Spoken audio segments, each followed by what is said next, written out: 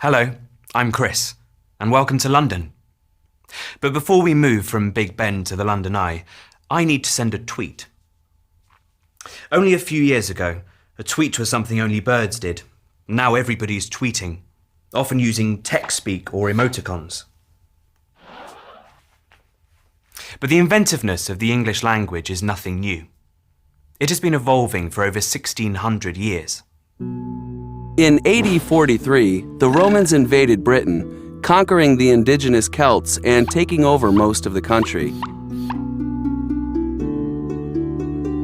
In AD 409, they left, and around 50 years later, several tribes from around northern Germany, including the Angles, the Saxons, and the Jutes, better known as the Anglo-Saxons, started to move in. They settled in the east, but unlike the Romans, the Anglo-Saxons didn't set out to conquer. They shared many things with the Celts, including language. Unlike Latin, which had never really caught on with the locals, people started using Anglo-Saxon terms for lots of everyday things like man, woman, and friend.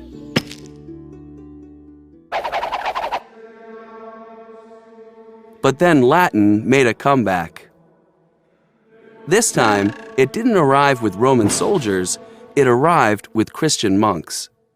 Christianity became very popular with the locals and introduced a whole new alphabet and religious vocabulary. Then the Vikings arrived in around 800 AD. Their warrior spirit was reflected in their language. They raced through the country, ransacking towns and villages, armed with knives and clubs. They took land and goods.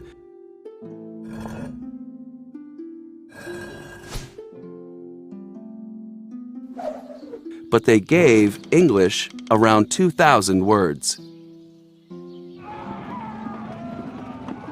The Vikings and the Anglo-Saxons battled for almost 300 years until the English King Harold won the Battle of Stamford Bridge. But only 3 weeks later, the unlucky Harold was killed by William the Conqueror, a Norman from France, at the Battle of Hastings.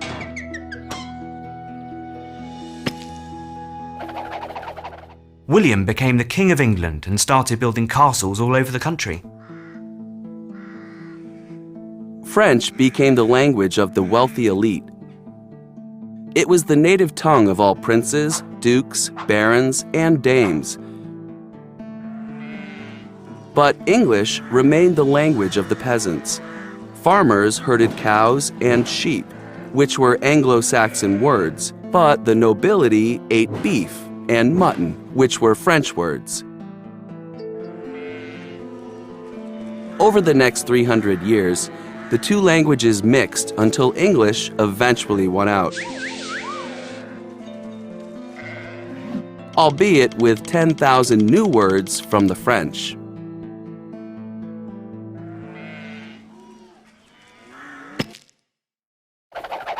This richer language was the perfect plaything for poets and playwrights, and one literary genius contributed more than most.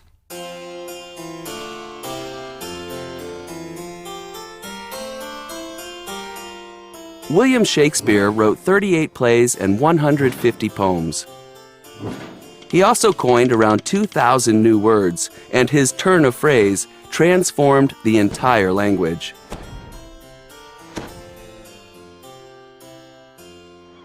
The 16th century was also the age of discovery, and for Britain, this meant the birth of an empire that stretched across the globe. The British colonialists often used native words, and soon words like safari from the African language Swahili, pajamas from the Urdu language in India, and boomerang from the native Australian language Daruk had entered the language. But the country that had the most impact on English was America. The newly independent America needed a new type of English. American English. American English kept many of the Old English words, so today, English curtains are still American drapes. English wardrobes are American closets. And English trousers are American pants. But the language changed a lot too. The father of American English was Noah Webster. He created a new dictionary that simplified the spelling of lots of complicated English words.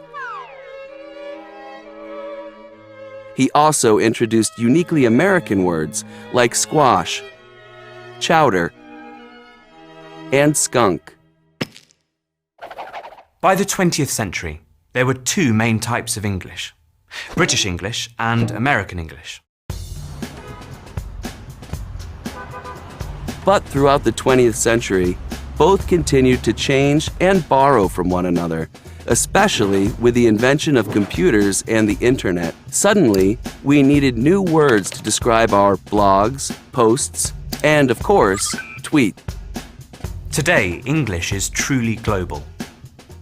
There are around 375 million native speakers, and about 1.5 billion people learn it as a foreign language. But it is always changing and shifting to suit our needs. Today, the English vocabulary has over 170,000 words, and counting. We are inventing new words every day, and if we don't know them, we just Google them on our smartphones or send a tweet.